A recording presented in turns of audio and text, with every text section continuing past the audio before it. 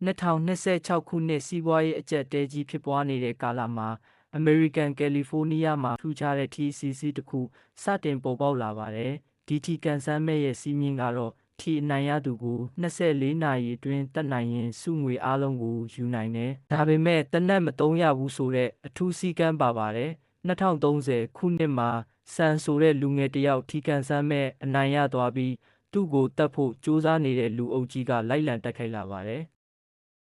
လမ်းမှာတွေ့တဲ့လူမိုက်အုပ်စုကိုလည်းစံအနေနဲ့ပြန်လဲခုခံပြီးအောင်မြင်မြင်ကျော်ဖြတ်နိုင်ခဲ့ပါတယ်။အဲ့နောက်မှာတော့စံအနေနဲ့အိမ်တစ်လုံးနဲ့ဝင်ပုန်းခဲ့ပြီးအဖွားကြီးတစ်ယောက်နဲ့တိုးပါတယ်။စံအနေနဲ့အပြင်ကိုကြည့်လိုက်တဲ့အခါ drone နဲ့သူရှိတဲ့နေရာကိုလိုက်လွှတ်နေမှန်းသိလို့စိတ်ပြတ်သွားခဲ့ရပါတယ်။အဲ့ချိန်မှာပဲအဖွားကြီးကတံပြစ်ကရိယာနဲ့သူ့ကိုပြစ်တက်လိုက်ပါတယ်။နောက်ဆုံးမှာစံတေဆုံးသွားပြီးရဲတပ်ဖွဲ့ကအဖွားကြီးရဲ့အိမ်တကားကိုချိုးဖျက်ကဝင်လာပြီးစံရဲ့တေဆုံးမှုကိုအတည်ပြုခဲ့ပါတယ်။ထို့နောက်အဖွားကြီးကတိစုချင်းငွေအများကြီးကိုရယူနိုင်ခဲ့ပါတယ်။တစ်ဖက်မှာတော့ကတ်တီဆိုတဲ့မိန်းကလေးကတရုတ်ဆောင်လုပ်ကိုပြန်လည်လုပ်ဖို့အတွက် Los Angeles ကိုလာနေပါတယ်။ကားပေါ်ကနေပတ်ဝန်းကျင်ရဲ့အခြေအနေဆိုးတွေကိုတွေးလိုက်ရပါတယ်။ထို့နောက်မှာပဲကားပေါ်မှာထိထွက်ဖို့တိတ်မလို့တော့တာကိုမြင်တွေ့ရပါတယ်။ကတ်တီကတော့သူနေမဲ့နေရာရောက်တဲ့အခါသူ့အခန်းဖော်ရှာဒီနဲ့တွေ့ပါတယ်။စကားဆက်မြည်ပြောကြရင်ရှာဒီရဲ့ချစ်သူ DJ ပျော်ပျော်ရွှင်ရွှင်နဲ့ရောက်လာပြီးမိတ်ဆက်ကြပါတယ်။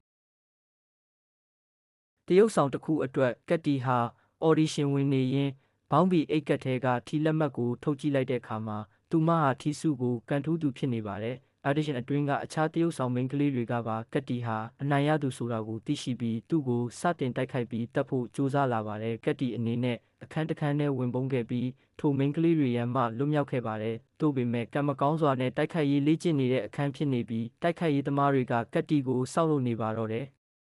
အဲ့နောက်မှာတော့ကတ်တီကိုဝိုင်းတိုက်ခိုက်ကြပါတယ်။တိုက်ခိုက်နေကြရင်ကတ်တီကိုသူတက်မယ်ငါတက်မယ်ဖြစ်ရင်လူကြရင်ကတ်တီဟာရောဂါကျင့်နေတဲ့အခန်းထဲကိုရောက်ခဲ့ပြန်ပါတယ်။အခန်းထဲကမိန်းကလေးတွေကပါကတ်တီကိုဝိုင်းတက်ဖို့ထပ်လုပ်ကြပါတယ်။ခေါင်းမိုးပေါ်ကနေနိုးဆိုတဲ့ပါရီကိုအခုံဆင်းလာပြီးငွေပေးရင်ကာကွယ်ပေးမယ်လို့ကတ်တီကိုကမ်းလှမ်းလာပါတယ်။နိုးကထီကန်ဆန်းမဲရဲ့စီးမြင့်တွေကိုကတ်တီကိုရှင်းပြပြီး24နာရီပြည့်မချင်းသူမအသက်အန္တရာယ်မကင်းနိုင်ကြောင်းသတိပေးပြီးအဆောက်အဦထဲကထွက်လာပါတယ်။အဆောက်အဦအပြင်ရောက်ခါစားမှာပဲအနားမှာရှိတဲ့စားတောက်ဆိုင်တစ်ခုကစဖိုမူတဦးကဓာတ်နဲ့ပြစ်ပေါက်တာကိုကံကောင်းစွာနဲ့လွဲချော်သွားပါတယ်။ကားနဲ့ထွက်ပြေးလာရင်းပဲနောက်ကဆိုင်ကယ်သမားတအုပ်စုကမီးပလင်းနဲ့ပစ်ကလိုက်ပြီးတိုက်ခိုက်ပါတယ်။နိုးအနေနဲ့ညံကောင်းစွာထွက်ပြေးလာနိုင်ခဲ့ပါတယ်။ဆိုင်ကယ်သမားတွေကအလစ်မပေးဘဲနောက်ကလိုက်လာပြီးဆိုင်ကယ်သမားတစ်ယောက်ကမှန်ကွဲနေတဲ့ကားနောက်ဘက်ကိုခုံဝင်လာပါတယ်။နိုးကလည်းဆိုင်ကယ်သမားနဲ့တိုက်ခိုက်ကကတ်တီကတော့ကားဝင်မောင်းပေးနေပါတယ်။နောက်ဆုံးမှာတော့ဆိုင်ကယ်သမားလည်းအပြင်ကိုလွင့်ထွက်သွားပြီးကတ်တီနဲ့နိုးတို့လည်းထွက်ပြေးလွတ်မြောက်လာပါတယ်။ကတ်တီအနေနဲ့တလောကလုံးကသူ့ကိုတတ်ချင်နေတဲ့အတွက်နိုးကိုလည်းမယုံကြည်ဖြစ်နေပါတယ်။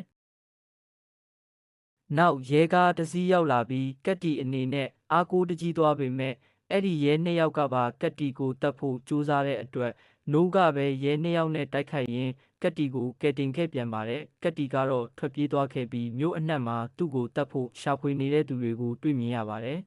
။ကတ်တီကပြားဆက်ယုံတစ်ခုတည်းကိုဝင်ပြေးခဲ့ပြီးသူ့ရဲ့တငယ်ချင်းရှာဒီကိုဆက်သွယ်ခဲ့ပြီးသူရောက်နေတဲ့နေရာကိုပြောပြခဲ့ပါတယ်။ရှာဒီလည်းဝမ်းသာသွားခဲ့ပြီးတော့သူ့ရဲ့ကောင်းလေး DJ ကိုပြောပြပြီးကတ်တီစီကိုတွားကြပါတယ်။ပြားဆက်ယုံရဲ့လုံခြုံရေးကရှာဒီကိုဝင်ခွင့်မပြုခဲ့တဲ့အတွက်ရှာဒီကလုံခြုံရေးကိုတိုက်ခိုက်ပြီးတော့ဝင်ရောက်ခဲ့ပါတယ်။ရှာဒီတို့နှစ်ယောက်ကလည်းကတ်တီကိုတိုက်ခိုက်ကြပြီးကတ်တီအနေနဲ့ပြန်လဲခုခံပြီးခက်ခက်ခဲခဲထွက်ပြေးခဲ့ရပါတယ်။ပြားဆက်ယုံအပြင်ရောက်တဲ့အခါမှာတော့ဘတ်စကားပေါ်ကနေလူတစ်ယောက်ကကတ်တီကိုတွေ့ပြီးမိုင်းနဲ့အော်ပြောခဲ့တဲ့အတွက်ဘတ်စကားပေါ်ကလူတွေကပါကတ်တီကိုတတ်ဖို့အတွက်ဆင်းပြေးလာကြပါတယ်။ထိုအချိန်မှာပဲနိုးကရဲကားတစ်စီးနဲ့ရောက်လာပြီးကတ်တီကိုကယ်ခဲ့ပြီးခေါ်ဆောင်သွားပါတယ်။ကားပေါ်မှာတော့ကတ်တီအနေနဲ့တုံလုံးချောက်ချားစွာစကားပြောနေရင်အနောက်ကနေခုနကဘတ်စကားကကတ်တီတို့ရဲ့ကားကိုလိုက်တိုက်နေပါတယ်။နောက်ပိုင်းမှာတော့ကတ်တီနဲ့နိုးတို့လီဝစ်စီကိုလိုက်သွားခဲ့ကြပြီးလီဝစ်နဲ့တွေ့ဆုံခဲ့ပါတယ်။နောက်ပိုင်းမှာလီဝစ်ဟာလည်းကတ်တီကိုတတ်ဖို့ကြံစီနေတဲ့ဆိုတာကိုသတိထားမိခဲ့ပြီးကတ်တီကိုရုပ်ဖြတ်ပြီးနိုးအနေနဲ့လီဝစ်ရန်ကနေထွက်ပြေးဖို့ကြိုးစားပါတယ်။ကတ်တီကလွတ်မြောက်ခဲ့ပေမဲ့နိုးကတော့ဖမ်းမိခဲ့ပါတယ်။ကတ်တီအဝေးရောက်နေချိန်မှာလီဝစ်ကတ်တီကိုဗီဒီယိုကောခေါ်ကနိုးကိုနှိပ်စက်ပြပြီးပြန်လာဖို့ခေါ်ပါတယ်။ကတ်တီအနေနဲ့သူ့ကိုအချိန်ချင်းခါကယ်တင်ခဲ့တဲ့နိုးကြောင့်ကတ်တီကလီဝစ်တို့စီပြန်လာခဲ့ရပါတယ်။နောက်ဆုံးမှာတော့ကတ်တီကလီဝစ်စီလျှောက်လာခဲ့ပြီးတိုက်ခိုက်ကြရင်ရုံးရင်းဆန်ခတ်ဖြစ်နေပါတယ် နောက်ဆုံးမှာဘုံပေါက်ကွဲမှုကြောင့်လီဝစ်တည်ဆုံးသွားပြီးကက်တီကိုတော့သူမရဲ့ပရိသတ်တွေကအလံကြီးနဲ့ခံကာကဲတင်နိုင်ခဲ့ပါတယ်အချိန်ကုန်ဆုံးသွားချိန်မှာကက်တီကအနိုင်ရသူအဖြစ်တရားဝင်အသက်ရှင်ကျန်ရစ်ပြီးနိုးကိုစုငွေရဲ့90%ပေးမယ်လို့ကက်တီကပြောလိုက်ပါတယ်6 လအကြာမှာတော့2 ယောက်အတူအခမဲ့ကာကွယ်ရေးအဖွဲ့ကိုကာရဲ့ကာကွယ်ရေးနဲ့တိုက်ခိုက်ရေးတင်တန်းပြဿနာရှိတဲ့ကလေးတွေကိုကူညီတဲ့စင်တာတွေဖွင့်လှစ်လုပ်ကင်လာကြပါတယ်။နိုးရဲ့နင်ကြတာတဲ့ပီဇာဆိုင်ကတော့ကော်ပီရိုက်ပြဿနာကြောင့်ပိတ်ရပေမဲ့နှစ်ယောက်စလုံးဟာတင်မောကြီးအပေါ်မှာဘဝအသစ်ကိုအောင်မြင်စွာစတင်နိုင်ခဲ့ကြပါတယ်